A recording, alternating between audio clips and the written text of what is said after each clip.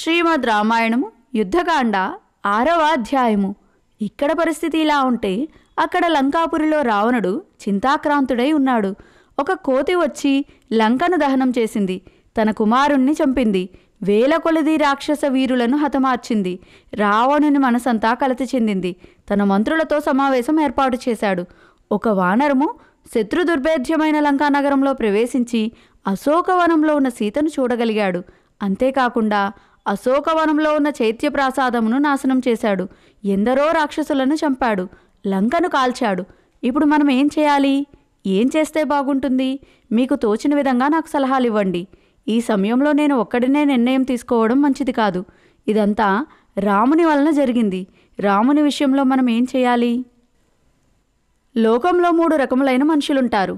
వారు ఉత్తములు, మధ్యములు, అధములు.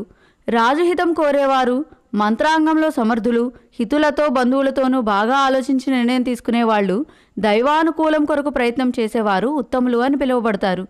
ఇతరుల ప్రమేయం లేకుండా, ఇతరులతో ఆలోచించకుండా సొంత నిర్ణయములు తీసుకునేవాడు, ఇతరుల సాయం లేకుండా ఒంటరిగానే పనులు చేసేవాడు మధ్యముడు అని పిలువబడతాడు.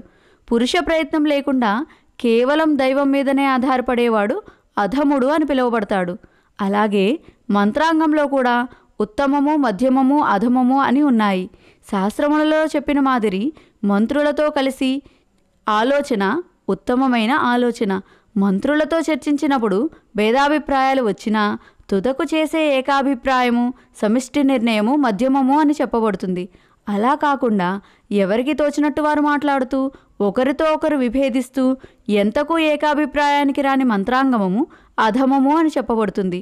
కాబట్టి మీరందరూ ఆలోచించి ఒక అభిప్రాయమునకు రండి.